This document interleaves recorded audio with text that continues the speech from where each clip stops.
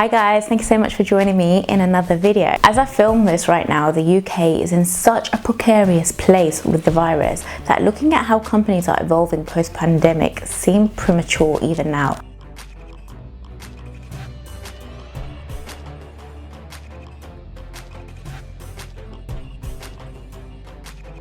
The UK last saw cases at the current rate in early May, though the last time it was on a rising trajectory was in early March, approximately a week before going into lockdown. Putting that aside though, I did venture into a little bit of central London for the first time. I always like to take a moment to step outside of myself and review the world around me. That's not supposed to sound as cheesy as it does, by the way. The rationale for this is to be open to investment ideas and aware of the world around you. Our home buyers can also give us a home edge, and there is a great book on the topic by Ken Fisher called Markets Never Forget. It's an incredible book because it provides perspective and that every crash is thought to be different because we as humans forget. Though in the end, the last thing you should fear is a bear market. I say that while we sit on the precipice of a second wave of the virus.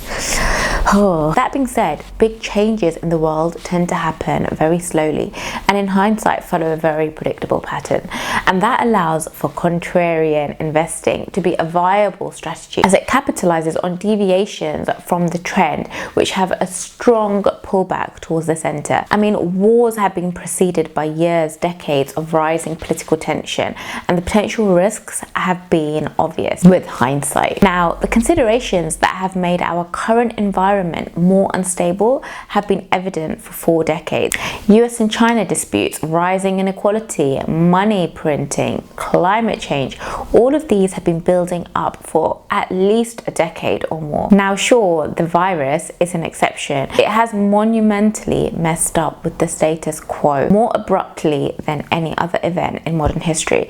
And one of the major outcomes from the lockdown is having our working lives changed forever. Do we actually need office blocks, or is working from home the new normal? Will our cities be hollowed out and all the benefits of globalization that came with it from the past are eroded? I mean, you just have to look at New York to get goosebumps on your arms.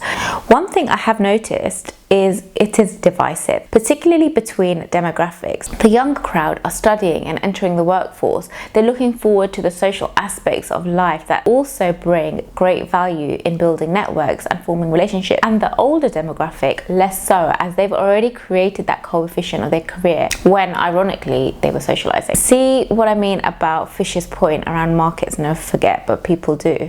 So the question is, where has that created opportunities for contrarian investors? Well, a lot of investors believe that behaviors have irrevocably changed, and as a result, many real estate investment trusts, so those are REITs, and property related companies trade about 35 to 40% below the pre-pandemic levels across the US, UK and Europe. And given the risk of rising interest rates to zero, yeah, I said it, and it's likely to be the case for several years, which also means limited rate related or re-evaluation risk of assets. So the risk for financially solid firms is based purely on demand.